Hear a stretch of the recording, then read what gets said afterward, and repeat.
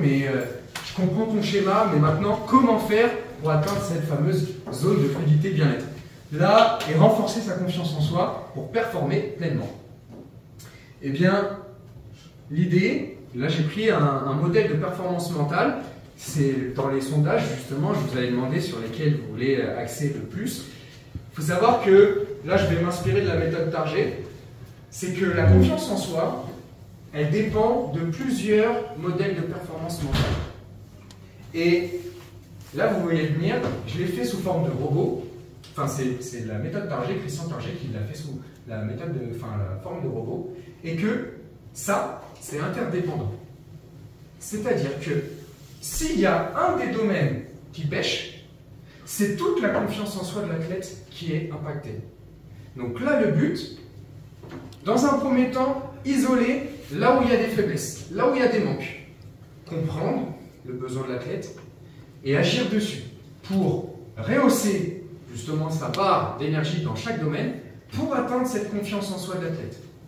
Et de mettre de la conscience dessus. Alors rapidement, je ne vais pas m'attarder dessus, mais je vais vous faire rapidement un récap. Les énergies, c'est justement énergie haute, énergie basse. Quand est-ce qu'on a besoin d'être en énergie haute? D'accord? Là, par exemple, quand je vous fais la conférence, j'ai besoin d'être en énergie haute, parce que sinon, si je suis en énergie basse, ça peut être un peu plus ennuyant, etc. Mais lors d'une épreuve, c'est de se dire, ok, quand est-ce que j'ai besoin de m'activer? Quand est-ce que j'ai besoin de redescendre? Et ça, c'est effectivement beaucoup de techniques de respiration, de relaxation, pour pouvoir agir sur ce niveau d'énergie. Les émotions, on est sur justement comprendre. J'en ai déjà parlé tout à l'heure, c'est comprendre le déclencheur. Ok, qu'est-ce qui s'est joué en moi en ce moment sur ce déclencheur? C'est une parole de quelqu'un, c'est un contexte, c'est une habitude.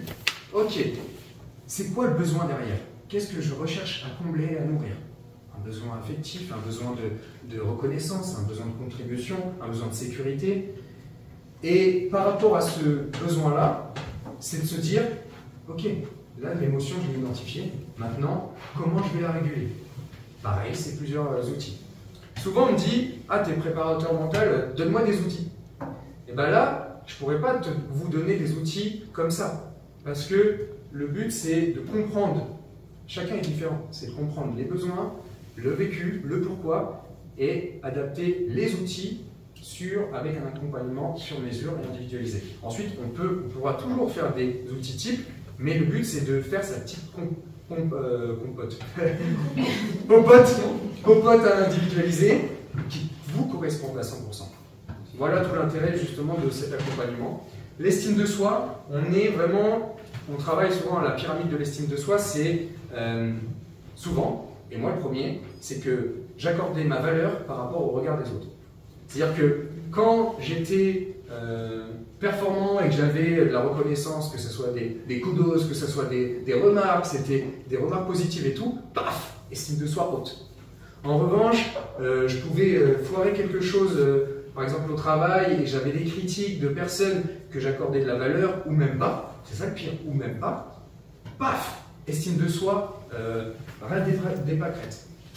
Et donc, ensuite, quand on prend de la conscience, c'est-à-dire que les autres, dont je n'ai pas le pouvoir et le contrôle dessus, pouvaient impacter mon estime de moi.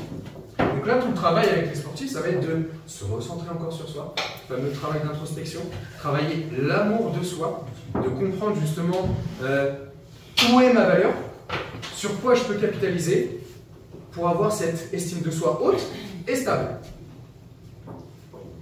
Et une fois qu'on travaille sur ces piliers-là, tout est plus fluide. Motivation, on est sur tout ce qui est fixation des objectifs. Donc la vision à 3 ans, à 1 an, la saison, qu'est-ce que tu vas mettre en place. Il y a des objectifs de résultats, il faut quand même en avoir. Il faut quand même aussi se stimuler en termes d'ego, mais se recentrer exclusivement sur les fixations d'objectifs de performance et de processus, qu'on appelle ça, de comportement. Qu'est-ce qui est davantage en notre pouvoir pour accéder dessus et qui est indépendant des autres, qui est entièrement en notre pouvoir. La concentration, c'est un gros pôle. Ça intervient longtemps avant, juste avant, et on peut aussi faire de la projection dans le futur. Là, ça va être tout ce qui est exercice d'imagerie mentale, de visualisation, de focus intentionnel, même d'auto-hypnose. Et ce qui est génial avec notre cerveau, c'est que dans les neurosciences, ils ont prouvé que, c'est prouvé scientifiquement, que le cerveau ne fait pas la différence entre une situation réellement vécue et une situation imaginée.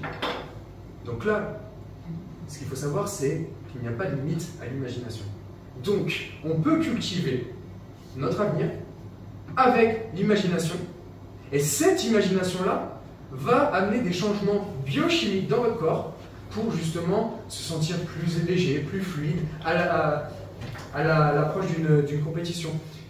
Et je ne sais pas si ça le fait pour vous, mais en tout cas, moi, ça l'a fait pour moi. Quand justement, je stressais, mes pensées en boucle négatives, là, je vais pas réussir. Ah non, c'est mort. Là, je ne suis pas capable.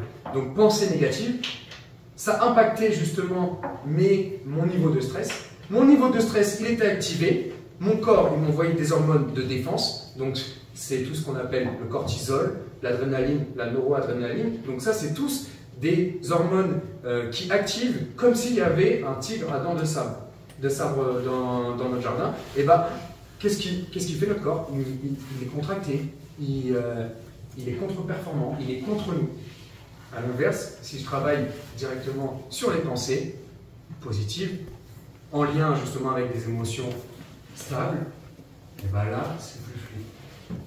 Et on en parlait tout à l'heure avec Camille, justement, si au tennis, j'ai cette peur-là, je suis plus contracté. Par contre, si je travaille en amont sur mes pensées, mes émotions plus fluides, et ben le mouvement, il est plus détendu. Donc voilà par rapport à la concentration. Et communication, on en parlait hier. Oui? Ouais, ça marche pour tout le monde, ça, parce que moi aussi, par exemple, quand j'aborde un défi où je me dis c'est perdu d'avance, j'y vais beaucoup plus décontracté. Parce que du coup, j'ai pas d'objectif de performance. Et je me dis, je vais faire le mieux.